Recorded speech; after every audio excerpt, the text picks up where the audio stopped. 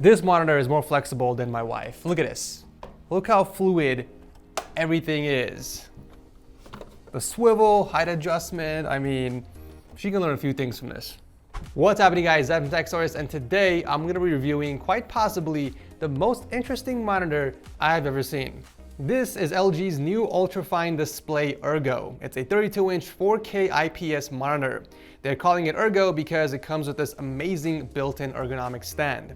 And if you're stuck at home, or if you're a content creator looking to upgrade or pick up a new monitor, then this might be interesting to you as well. So I built myself a little laptop-powered productivity setup, and I've been using the monitor at the office for a little over a week now, and now I'm ready to review it for the channel.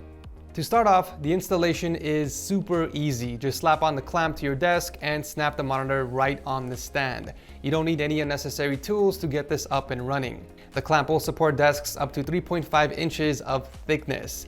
Now that is the easiest installation method. However, if you're rocking a desk that doesn't have a raised edge, then you can use method number 2, in which you would have to drill a hole in the desk and use the provided grommet to secure it from the bottom of the desk.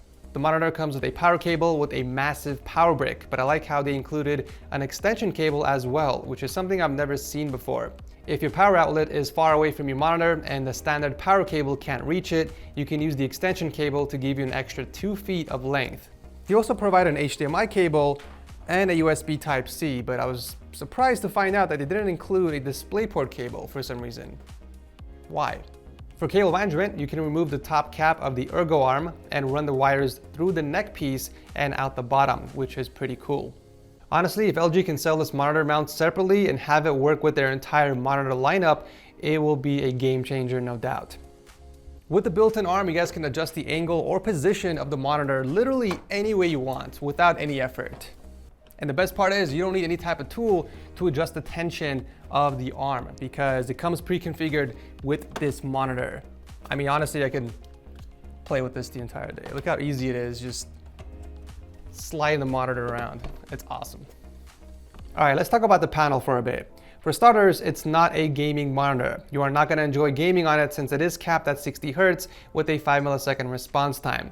However, with that said, you can technically game if you still want to, since it does support FreeSync. So if you do happen to hit over 60 FPS in 4K resolution, your games won't experience any screen tearing. I was also pleased to find out that the monitor doesn't experience a lot of ghosting or corona artifacts. Now the color reproduction on the monitor is insanely good. You get those super vibrant and crisp colors that just pop, with exceptional viewing angles since it is an IPS panel.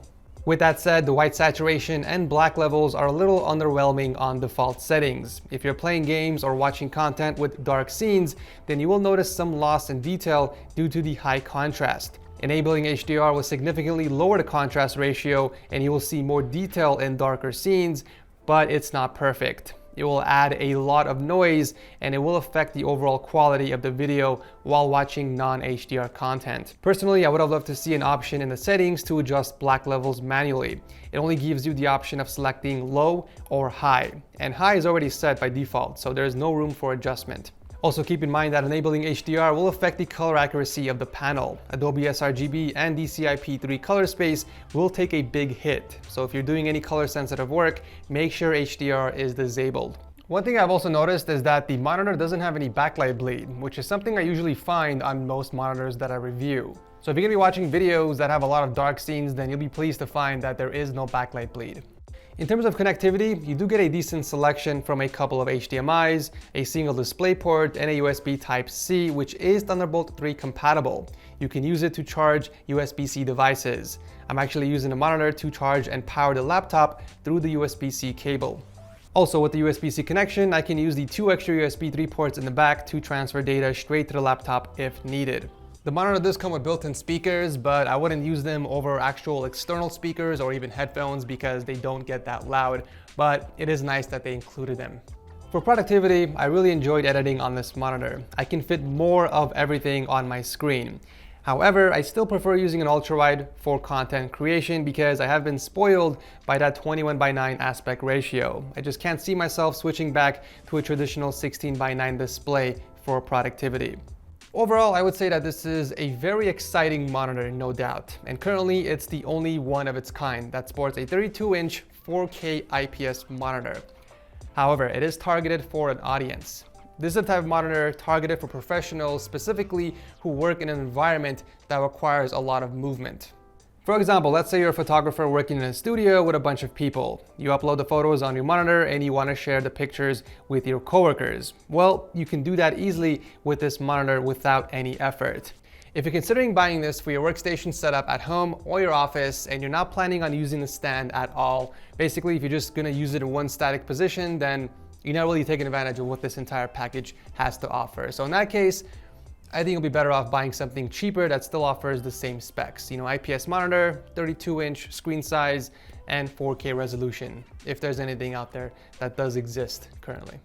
The only gripe I have with the monitor is with the black levels, which can really affect my experience at times. But other than that, I would have loved to see a DisplayPort cable included as well. I mean, we are paying $700 for a monitor, so why not include one? But with that said, there isn't anything else out there quite like this, and I feel like LG really nailed the design of the monitor. And that does it for my review of the 32UN880. I'll drop a link below if you guys want to check it out. Consider dropping a like if you enjoyed the video and subscribe for more awesome reviews coming to you very soon. I love your beautiful faces as always, and I'll see you guys very soon in the next one.